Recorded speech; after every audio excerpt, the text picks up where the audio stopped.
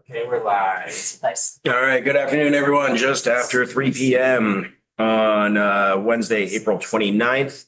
We are picking up continued work on S323, an act relating to miscellaneous agricultural products, and we are focusing on those couple of sections that are relevant to hemp and hemp-related products. And with us today is Devin Dannett, co-founder and CEO, Clean International Incorporated, which is a local manufacturer. Not to steal your thunder, sir. How are you? Doing well. Cool. Thanks for having me. Appreciate it. Table is yours. Right.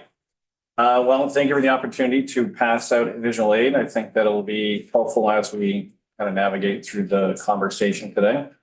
Wanted to take a few minutes just to talk a little bit about my company and who we are, what we do. So the first talking point is the product I've passed out. This is a Vermont compliant product, 15 milligrams of CBD, 1 milligram of THC. This would be considered a non-intoxicating product. So under the limit of the 1.5 in current statute. So this is actually under potency for what is allowed in Vermont. So we are a hemp beverage manufacturer located in Vermont, and we are operating in the Old Bucks Furniture infrastructure in Wolcott. I operate in both the adult use market as well as the hemp derived market. So I've got a taste of both worlds. We operate in cultivation and manufacturing of beverages in the adult use market. That's what gave us the foresight and opportunity to enter into the beverage market for the hemp derived category for in-state production for Vermont compliant products, as well as exporting out of Vermont. So just to give you a little background on who we are, Clean International currently employs 14 people, and we actively are working with around 6 subcontractors. And we expect that number to grow over the next couple of years to upwards of 25 to 30 people as full-time employees. Clean Cannabis currently employs 11 people in Hardwick. And in the adult use market, we raised $3.5 million to build out and operate our facility in Hardwick. For this operation, vitalizing the Bucks Furniture infrastructure for beverage manufacturing, we've raised about $3 million to build out this infrastructure and represent Vermont and bring a little piece of Vermont to the rest of the country. Wolcott was very happy to see the Old Bucks Furniture infrastructure be utilized and bringing some job creation industry back to the town. And I'm going to breeze through some of these slides because I really want to get to some of the talking points. It was asked to offer commentary on these 3 pages of line items here. There's a huge opportunity for this industry, even with the current pending legislation. Consumers across the country are just consuming less alcohol. This category has grown to $27 billion in a very short period of time. And by 2032, even with the expecting ban in November, it's expected to grow to $117 billion industry by 2032. So consumers are actively looking for alternatives to alcohol.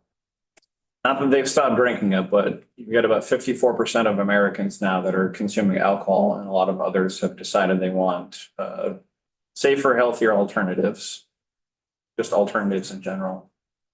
One of the talking points and line items is addressing intermediaries and concentrates needed to formulate properly dosed products.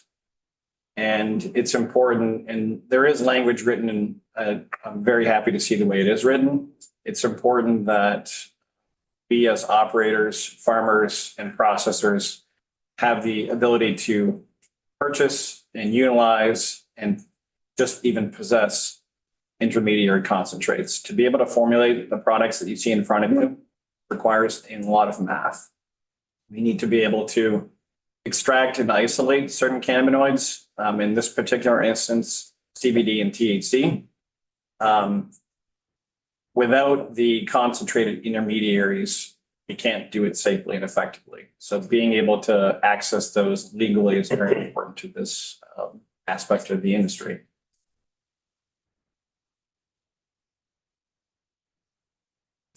Our business touches a lot of different businesses in the supply chain, from the farmers, both in hemp cultivation, to apples. You guys see that this is a collaboration type product with Cold Hollow. We are very proud to have partnered with a staple of Vermont heritage and tourism that's been in business for over 50 years. And they had the trust in us to partner up in a controversial category. We are currently working with Farrell Distributing here in Vermont for distribution. They're a great partner, happy to be working with them. A lot of retail locations have picked up this beverage. You can find it in over 70 locations in Vermont right now.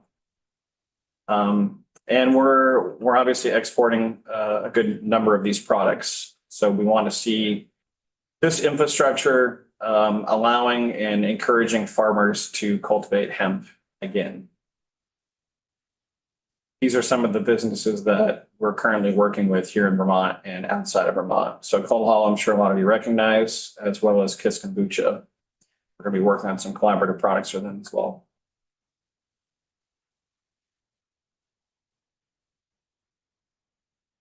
I'm going to breeze through a few of these and get to some of the talking points of the actual language here, if that's okay with everybody. Yeah.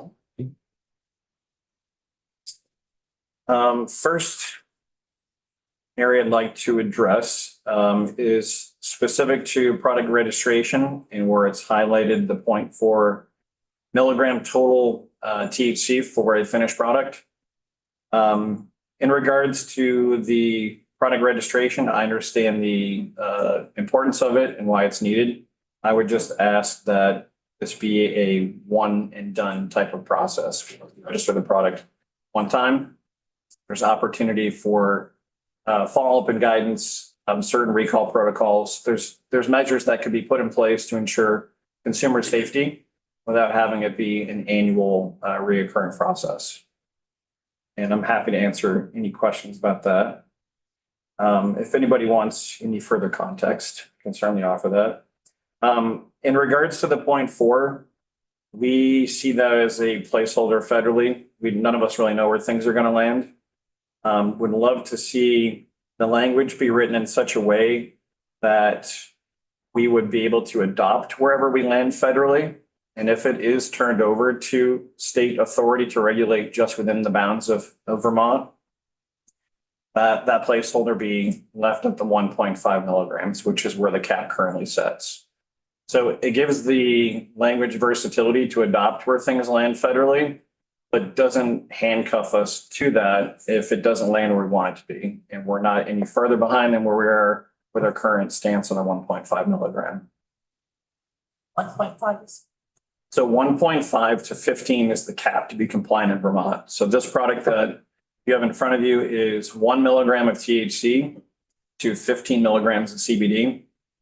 So we have another half a milligram we could add to that. But we just chose to land at the 1 milligram and focus more on the CBD content and being compliant.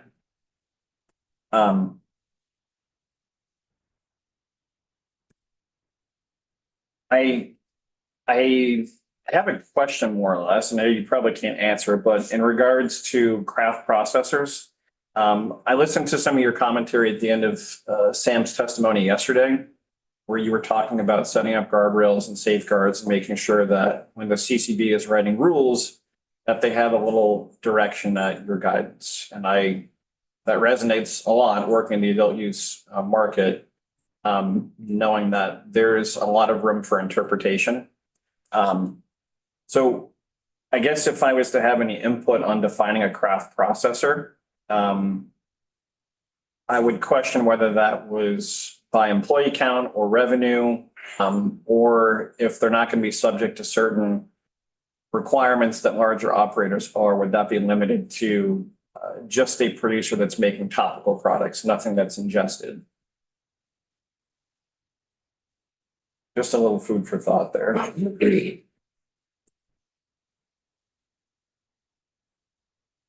The last section that I wanted to address is the portion where it talks about regulating the use of hemp processing facilities and equipment to permit processors to use the same equipment for hemp and cannabis processing, and to prevent cross-contamination between hemp and cannabis. I think this is an awesome addition to this. It gives adult use operators who currently possess the infrastructure to extract safely and effectively the cannabinoids from the actual hemp or marijuana plants themselves. We want to encourage farmers to start cultivating hemp again. A lot of the farmers that cultivated back in 2018 didn't possess the in-state infrastructure to stabilize and have sales channels for their products. And if we don't have that now, then we're not going to have a lot of farmers that want to dip their toe back in the water, right? So allowing the adult use labs to extract hemp for concentrate gives farmers encouragement that they can stabilize their crops. I mean, if you've got farmers that are cultivating 500,000 or 1 million pounds of flower, one, that's a lot to set up in a space to dry it and cure it properly. But if they had a partner or many partners across the state that could take that plant material and turn it into a concentrate, which is now shelf stable, and knowing that there's product manufacturers in state that are producing products not only for in-state sale, but that their products that they're producing could go on to manufacture goods that would be Vermont. We've committed to every product that we're making in Vermont will be fueled by Vermont grown hemp. So every one of our cans that leaves the state of Vermont, the concentrate that is in it will be grown in Vermont. I think that if you create the infrastructure for all of that production to happen in state, you're going to have a lot more producers that are willing to keep all of their business and their production being Vermont-based products. Right now, there's the ability to bring in concentrate from across state lines. There's also been a topic that was brought up by the control board at one of the last board meetings addressing minor cannabinoids. And minor cannabinoids, we're talking like CBD. That's the most commonly known minor cannabinoid. These minor cannabinoids are not as prevalent in marijuana strains. Marijuana strains are bred to produce high THC content. Sam addressed the fact that he has a lot of rec market operators that want to purchase CBD from him to basically produce less potent products. There's a lot of consumers that consume cannabis products from the adult use market for health and wellness reasons. It isn't just about getting high. The CCB would like to see, and this is my interpretation based on the meetings that I've viewed, they would like to see a lot of these minor cannabinoids grown in Vermont. Unfortunately, the minor cannabinoids are most prevalent in hemp plants that are bred for these minor cannabinoids, such as CBD, CBG, and CBN. For a adult use licensed cultivator to dedicate canopy space to growing minor cannabinoid rich plants is not cost effective. You're not going to generate enough biomass to extract enough of these minor cannabinoids to make it worth it for anyone to extract it or grow it. Now, if you have farmers that are growing hundreds of acres of hemp that are rich in minor cannabinoids, that creates a viable opportunity for labs to invest in infrastructure that's needed to basically isolate the minor cannabinoids. And that would generate more in-state sales for those cannabinoids. It generates more opportunity for adult use operators, and it creates a bridge between the hemp farmers and the adult use market. So I think the language as written, it gives us a baseline in good direction. We want regulation. My business belongs to the Hemp Beverage Alliance, which we're all advocating for federal regulation. We want to be told what to do. We want to produce safe products. We want to be able to have a business that doesn't have to operate in any kind of gray area. And I think that revitalizing hemp farming, hemp manufacturing, and hemp processing in Vermont is a huge beneficial addition to the adult use market, and it's going to keep more revenue in state from said producers.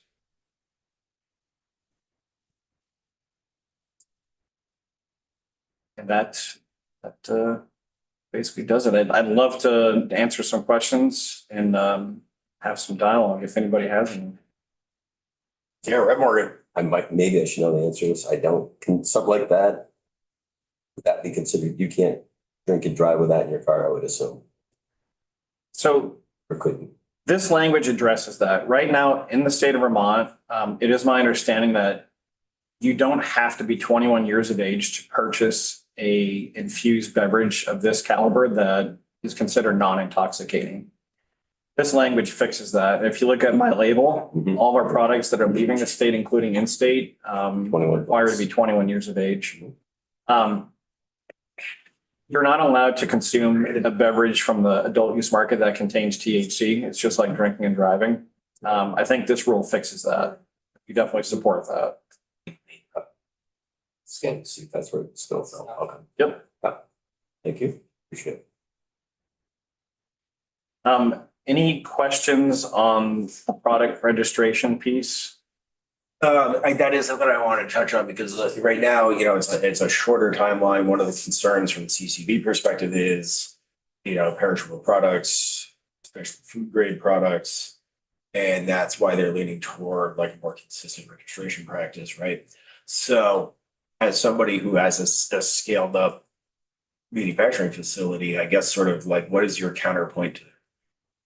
So my understanding for product registration, it's multifaceted. One, they're seeing it as a revenue producer to help fund this program and guidance. And it's also to prohibit a lot of manufacturers that would look to sell 100 milligram cans of THC beverages into Vermont. To be completely frank, a 1.5 milligram beverage is not something that large manufacturers across the country are clamoring to make. Vermont, New York, and one other state are the only states in the country that have a cap that's that low. When you've got 3 states, in Vermont only being roughly 844,000 residents, and of that, a smaller percentage of people are of age to purchase the products. Me as a manufacturer, I would not, if I wasn't in Vermont, I would not go out of my way to pay for a license and go through the effort to register products in a state that I'd be making a very, very small batch of product for. So you're not going to get a lot of these large producers wanting to get licensed in Vermont. The product registration is not going to be a safeguard to keep them out. The majority of these companies are selling direct to consumer through e-commerce. And there's not any infrastructure at this point that could safeguard or eliminate that from happening. If we could, it'd be great for the market. You've got consumers that can have 40, 50, 60, 80, 100 milligram cans, one can shipped right to their door. That's taking away dollars that would otherwise be spent in our retail locations across the state. The product registration piece isn't going to stop that because they're still going to be selling direct to consumer. Even if our laws state that you can't sell these products in the state, customers are still going to get online and they're still going to purchase the drinks. I think the product registration piece is important in the fact that the state knows what products are out there.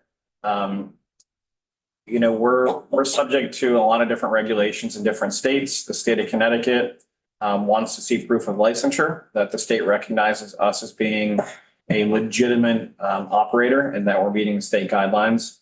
And there's a lot that goes along with that. CGMP, sanitation inspections. These are all things that we'd love to see built out by the governing agency if that ends up being the CCB.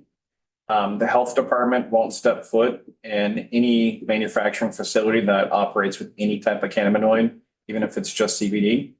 On one of the previous slides here, Labarge Quality Consulting. So this is a privatized third-party sanitation inspection company that we've actually brought in for a pre-audit into our facility. The state of Connecticut requires some governing agency to sign off that we have a safe food manufacturing operation. And they need proof of that. It would be great if the control board built out an agency within itself that could go out and inspect these facilities. for this to be a viable market for farmers, processors, and manufacturers, like we have to have export out of Vermont. And it's great to be able to produce products like this where we're partnering with other Vermont brands to bring a piece of Vermont. And the one thing I haven't shared with you guys is we entered in the LA Spirits competition. So the beverage that you see in front of you actually won the best infused cider in the entire country. But not only that, we actually won the Platinum Award in the LA Spirits competition. So this was voted the best hemp infused beverage in the entire country. And that is going to receive, thank you for that. It's a huge accomplishment for a startup company that's just getting going. But this gives us the ability to bring a piece of Vermont to the rest of the country.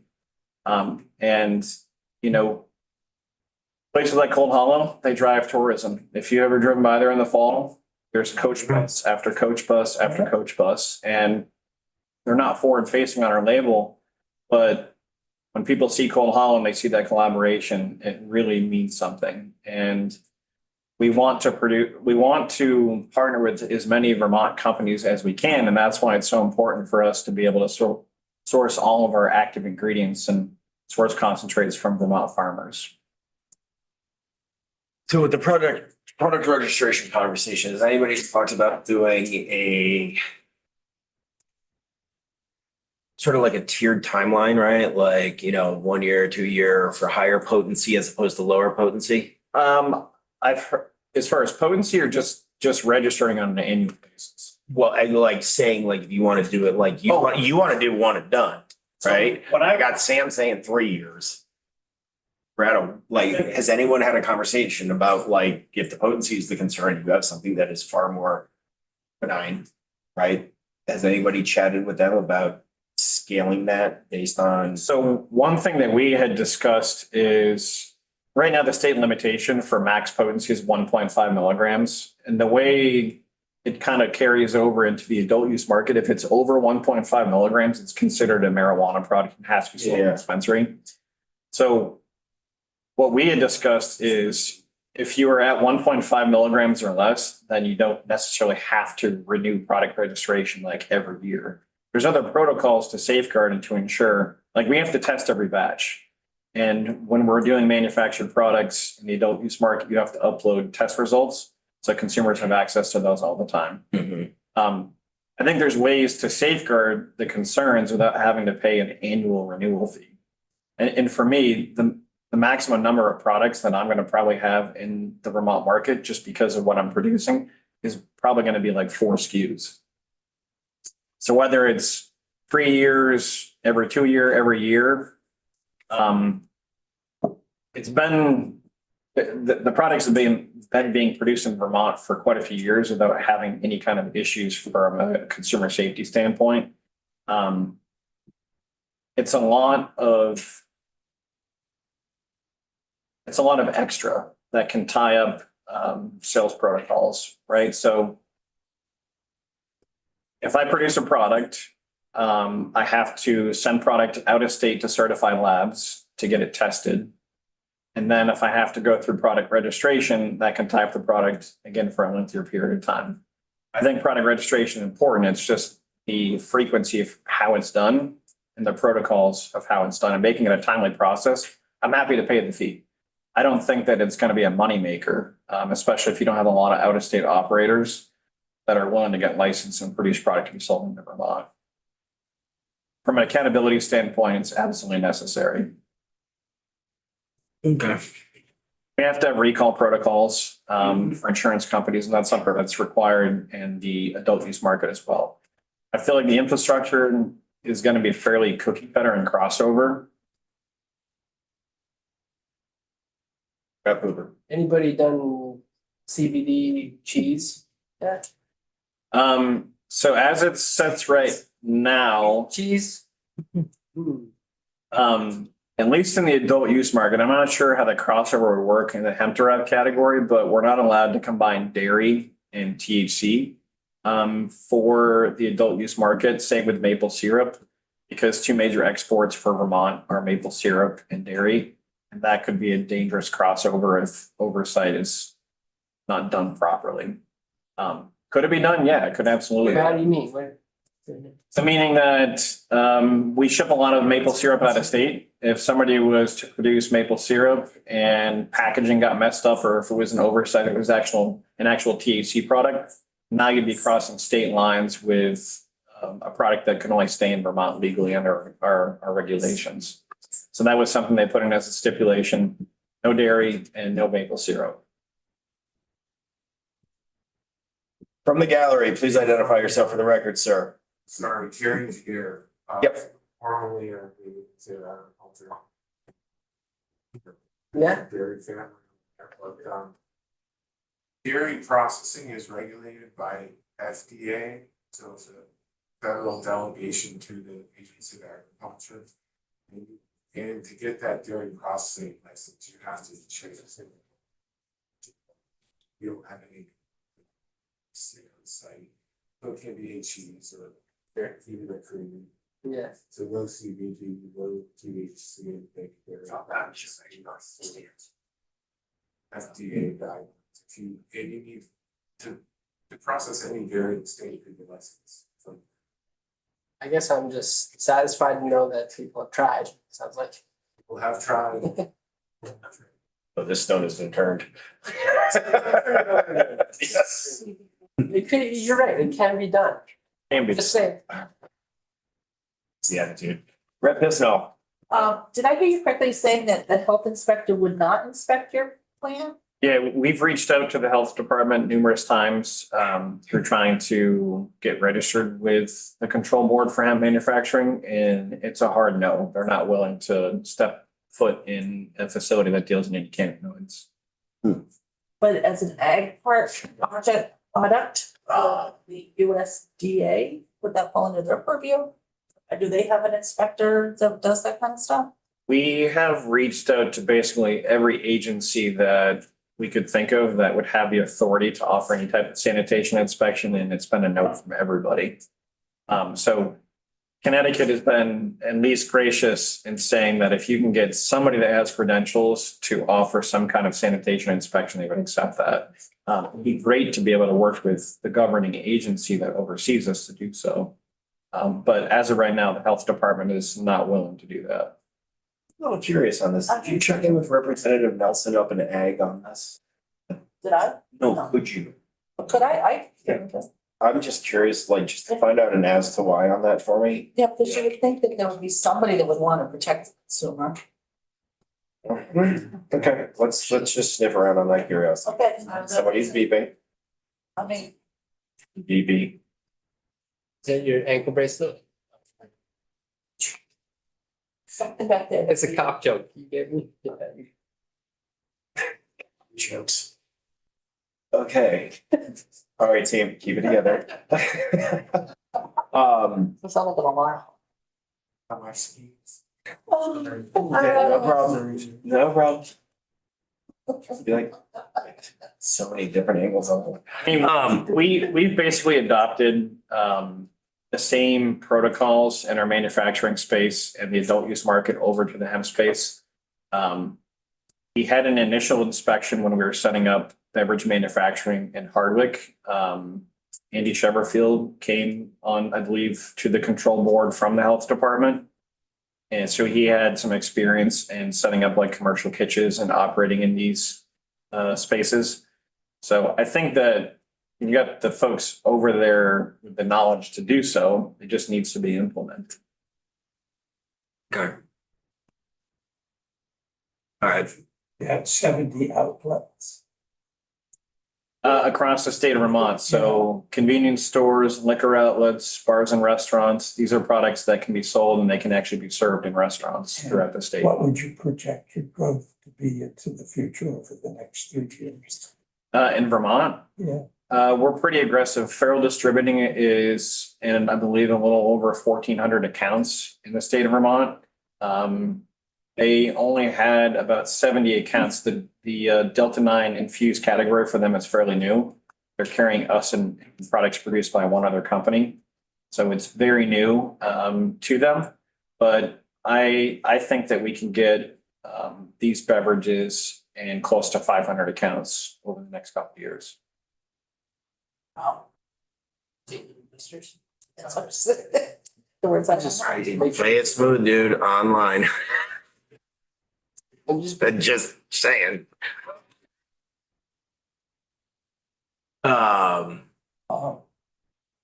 So, but the biggest thing obviously is that within the context of this bill right now is that product or state registration component.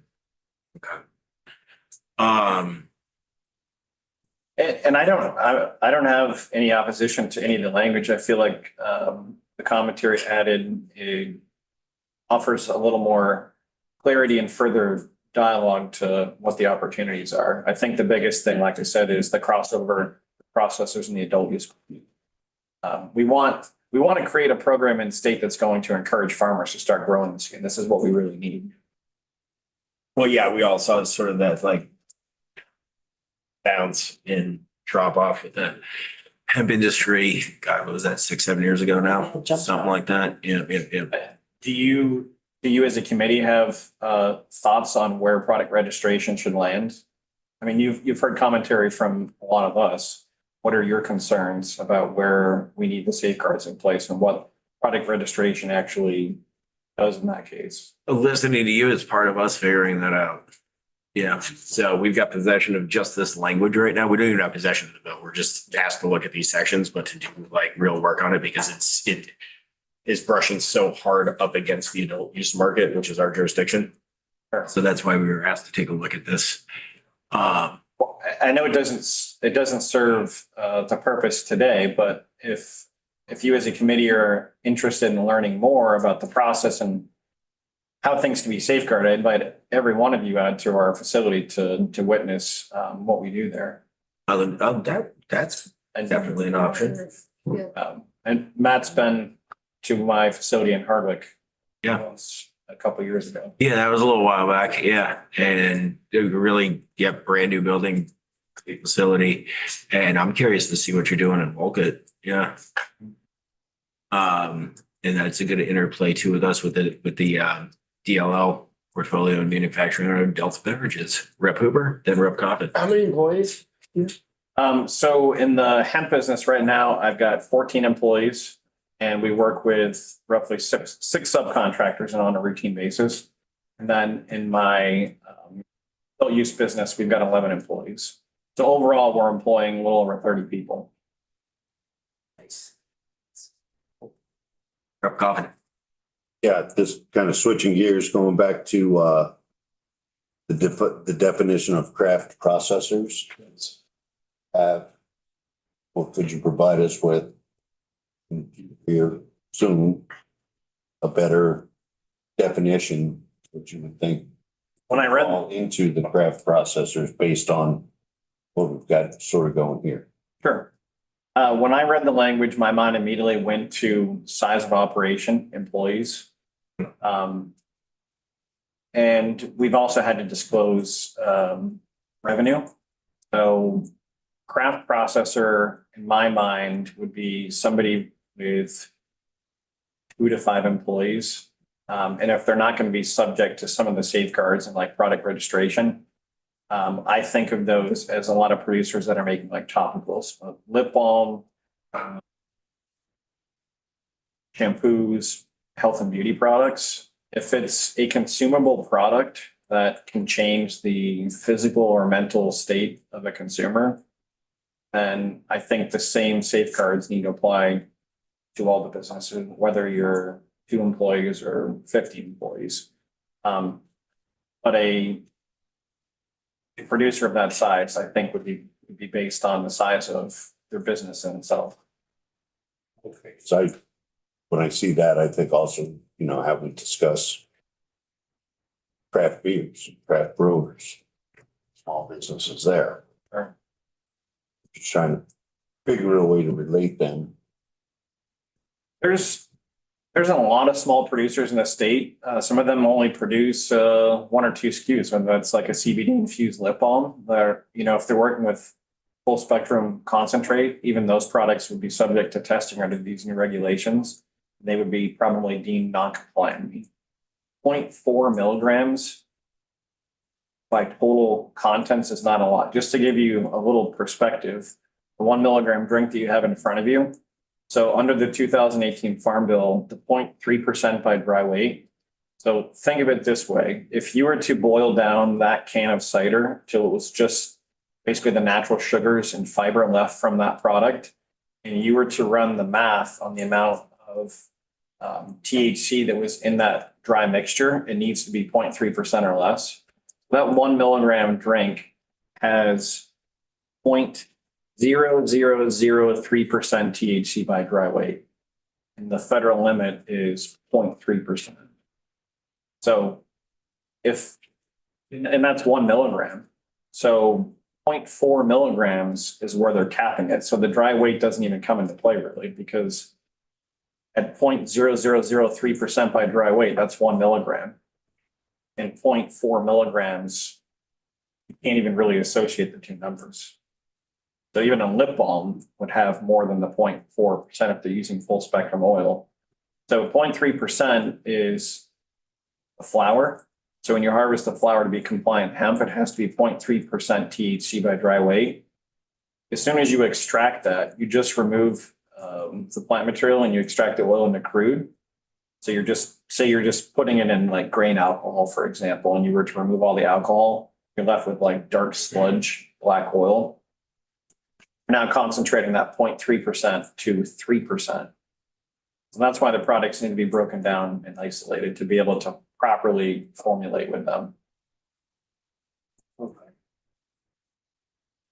Trying to get a better understanding of it. Absolutely. You know, this is really complicated, so ask the questions you want, man. Yeah. And I'm very serious. I'd love to see you guys come out to the facility. You can see the process and ask more questions for sure. Yeah. I know we have a very limited time to have a dialogue, so. You're the CEO.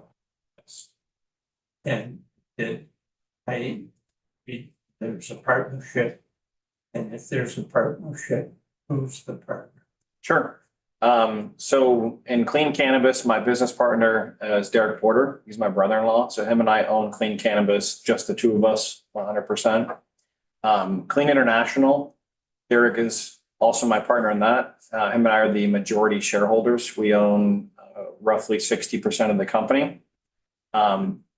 I talked about the money that we've raised for both companies. That's been self-funded from our own pockets as well as resources that we brought in from family members. Luis Guzman, the actor, is one of my partners in Clean International. He's on my board of directors. I have a couple other employees that are on the board and are partners in it as well. But Derek Porter and myself are the majority shareholders. We haven't brought any investors in that are from any significant out-of-state operation that could hinder or deter us from our mission and values. So Derek and I are the majority shareholders. In your hiring practice, how do you protect yourself from someone who might do harm? Well, that's a good question. I'm going to be honest, we've brought in a lot of friends and family. We are a family-owned operation. My younger sister works for us. One of my longtime friends of almost 20 years is my compliance officer. She came out on from the medical field. She worked for Loyal Health Partners doing compliance for the health industry and working with the feds in that regard. But like any other good operator, we interview folks, we ask questions and try to get a feel for personalities. And if it doesn't work out, we don't hang on to people. But we have very minimal turnover. And I think we've done a pretty good job in hiring the right people so far. Thank you. Absolutely. Anything else for Devin right now? No. It's good timing. I got meetings from 4 to 6 and I would love 15 minutes in between. No, thanks you very much for coming in and giving us this rundown. Deck was effective and let's definitely chit chat about doing a site visit at some point. I think that would be useful, especially as the market